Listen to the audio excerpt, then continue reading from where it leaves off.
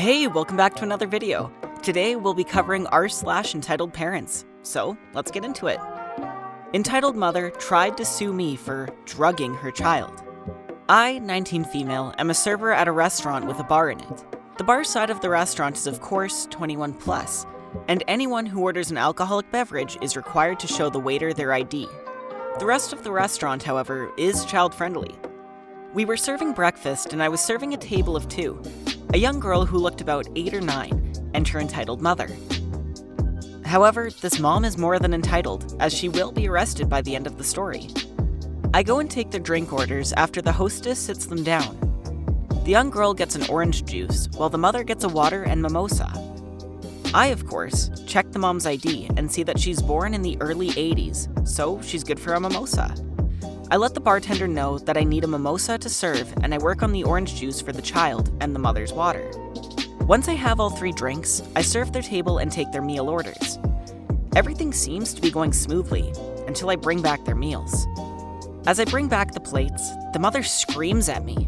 Entitled mother, "You served my child alcohol!" I know for a fact that cannot be true, because I'm the one who made the juice and never went behind the bar where the drinks are. Me. "Ma'am, you must be mistaken. I didn't put any alcohol in the juice, and I had my eyes on it until it reached your table." Entitled mother, "Well, smell it." She handed me her child's glass, and it did smell like alcohol. Once again, I know that I did not put any alcohol in your child's drink. Either someone did it while you weren't looking, or you did it yourself, because that juice had no alcohol before it came to your table. The mom looked at me angrily and demanded to see my manager. Entitled mother, "I am going to sue you for giving my child alcohol. Bring me your manager."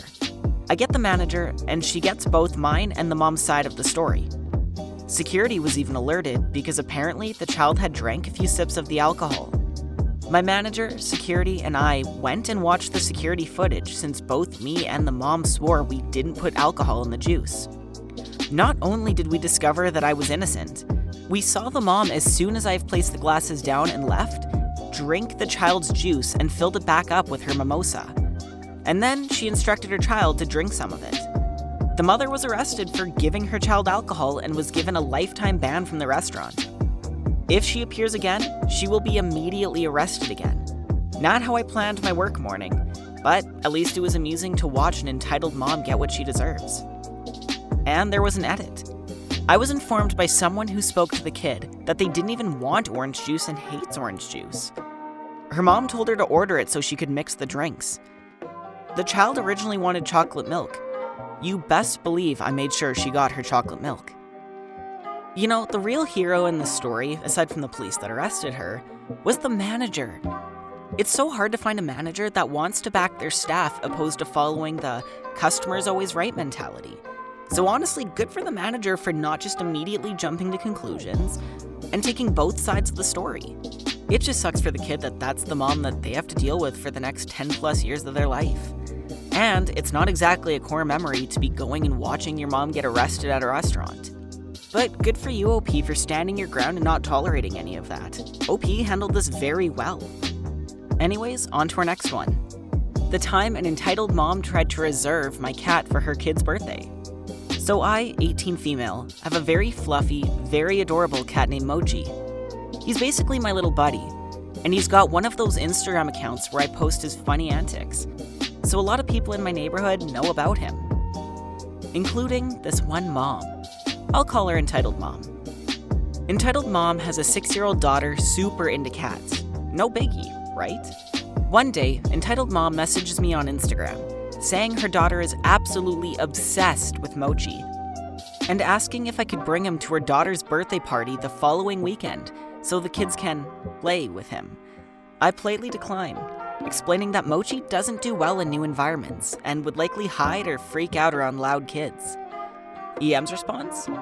"Well, can you loan him to us for the day?" Yes, she literally wanted me to hand over my cat as if he were a library book or something. She promised they'd take good care of him, and even offered to pay me $20 for the inconvenience. I politely refuse again, saying that Mochi isn't up for loan and I don't think it would be safe or comfortable for him. Entitled mom immediately switches tactics, calling me selfish and accusing me of gatekeeping joy from her daughter. She rants about how it's just one day and I owe it to the community because I flaunt Mochi's photos online. Now I'm getting irritated. I tell her that my cat isn't an accessory and he's definitely not something I owe to the neighborhood. I assume that's the end of it, until the day of the party. I'm in my apartment when I hear a loud knock at my door. It's Entitled Mother and her daughter, with the girl holding a sparkly cat carrier. Entitled Mom smiles and says, "Oh, we came to pick up Mochi." She acts as if we had agreed on this and just expected me to hand him over on demand. Completely stunned, I tell her I had never agreed to this and I'm not giving you my cat. Entitled Mom's smile drops instantly, and she launches into this loud, dramatic rant about how I'm ruining her daughter's special day and that I shouldn't show off my cat if I don't want to share. Her daughter starts tearing up and EM gives me this accusing look, like I'd just broken her kid's heart on purpose. My neighbor down the hall actually poked her head out to see what was going on, which was enough for EM to grab her daughter and storm off yelling, "I'll make sure everyone knows how selfish you are." Later, I found out from mutual friends that she spread a story around the neighborhood that I baited her daughter with Mochi, only to withhold him out of spite. No one really believed her, but she still gives me the dirtiest looks anytime I pass her. Mochi? Completely oblivious and unbothered, living his best life as usual.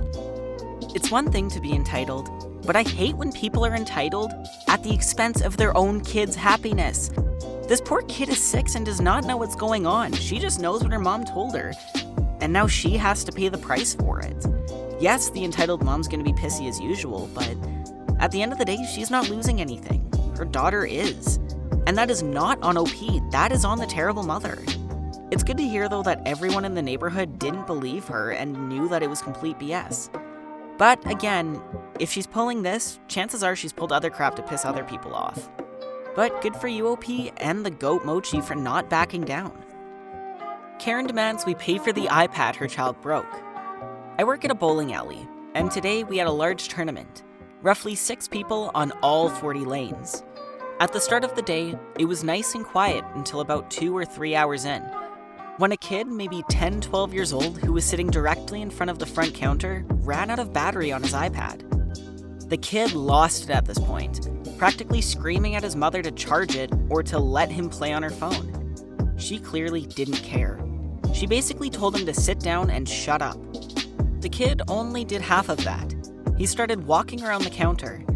Then, he noticed the iPad we have behind the counter to keep track of reservations, parties, and etc. His face lit up like it was Christmas morning.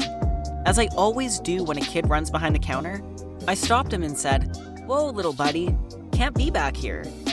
The kid looked up at me, pointed to the iPad and said, "But I want it." "Sorry, little dude, but that's our important iPad. I can't let you have it." The kid said, "Oh," and walked away. Me thinking that was the end of it, went back to tending lane calls, score corrections, and all of the usual stuff that happens during a tournament. Then, maybe 5 minutes later, I saw out of the corner of my eye the kid sneaking around the side of the counter and reaching for the iPad. Once again, I told him he can't have it, this time with a bit more of a strict tone to let him know I was serious. With me still looking at him, he kept reaching out more and more until he grabbed it, and ran. Luckily, he didn't get far. He tripped over one of the many ball bags strewn across the floor from the bowlers. Unfortunately, he landed on the tiled eating area, smashing the tablet on the ground. Naturally, the kid started bawling. I rushed over and grabbed the iPad off the ground, only for some of the glass to fall out. The mother was none too pleased at this. She looked beet red and she hurried over and shouted, "How could you hurt my little pumpkin?" I explained the situation, how her child tripped and smashed the iPad, and she gave me the stereotypical, "My child is an angel and can't do no wrong" speech, then demanded we pay for a new iPad for her son. I told her that's not how this works. She started to cause a scene, The tournament head came over, noticing the commotion, and he asked what was going on. Obviously, we both gave our sides of the story.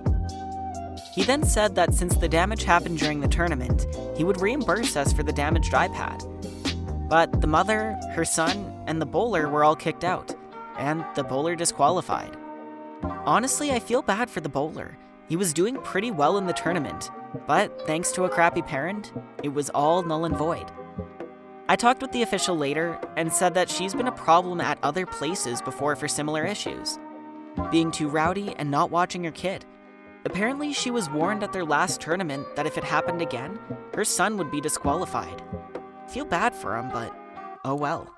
And now this has happened 3 for 3 in all of these stories. The only main victim of all of these stories have been the child.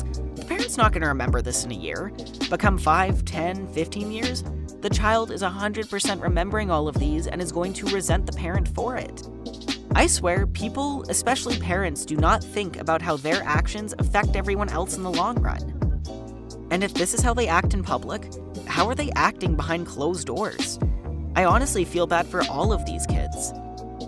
But with this last one, what I find funny is that was the most intense iPad kid I think I've ever heard of. Anyways, thanks for sticking around till the end of the video, I really appreciate it.